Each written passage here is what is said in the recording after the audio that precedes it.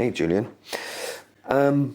Just thought I'd ask you a couple of questions. There's something on my mind I've been wanting to ask you for a while.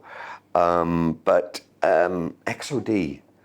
tell us a story. You know me, I'm a big storyteller. I like the story, and the best stories, have the simple stories. But tell us a story about XOD. Where did you and the team, because you've really been steering this project for over a 12-month now. When did you have the epiphany? When did the light come on? Well, the origin of XOD is me not understanding all the acronyms of pay-as-you-grow, MSSD, bring your own license, and so on and so forth.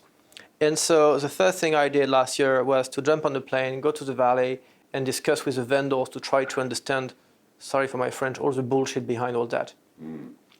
And listening to them, understanding that all of them were moving or willing to move to the SaaS, and all the challenges they were facing to do so. Because they are hardware, because they've got financial issues, because they're a listed company, and they don't have the freedom to do what needs to be done. That's the first thing. And the second thing is listening to our partners and understanding that vendors evolving in these directions were just creating so much complexity. And then I remember you telling me where there is complexity, there is money. So there's cost, but there's opportunity. Indeed. And so we thought, okay, how can we simplify this and really provide value to everybody by having the freedom we do have of creating value, of doing things differently, because we're not listed, because we are agile and nimble, and we don't have all the cumbersome of those big companies. So we didn't have all the legacy costs so correct me if I'm wrong. So we had a situation where vendors are seeing much more of their solutions and their products turning soft and into licenses, and sort of desperate to get into the annuity-based business.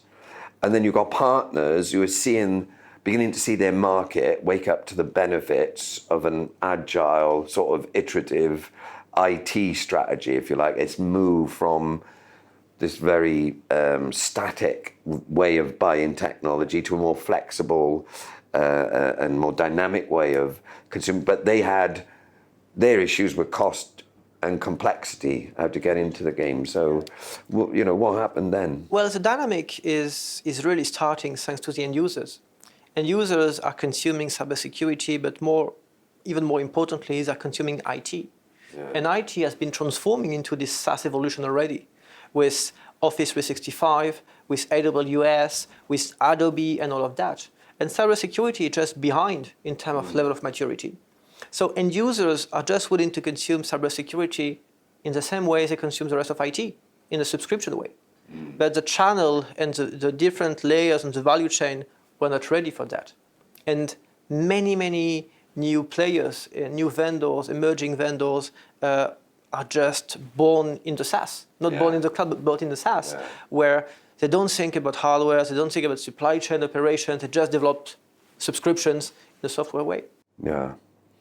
And a lot of these, the people now, the buyers of technology, they're becoming what I call the millennials, aren't they? They're sort of Generation Z, the oldest, and they've got a different way of consuming stuff, haven't they? Yeah, what always been interesting to see, and it's even more important today, is that there is a massive gap between the way you consume on a day-to-day life, with Uber, with Spotify, with Netflix, and so on and so forth, and the way we consume in the company. And when there are different type of assets, where you've got hardware versus software, I can understand that. But when everything is subscriptions, why is it so complex? Why should we provide 3 days to move from a quotation to a direct to quotation to place a PO, where on Amazon you just click and the next day you get delivered? Yeah.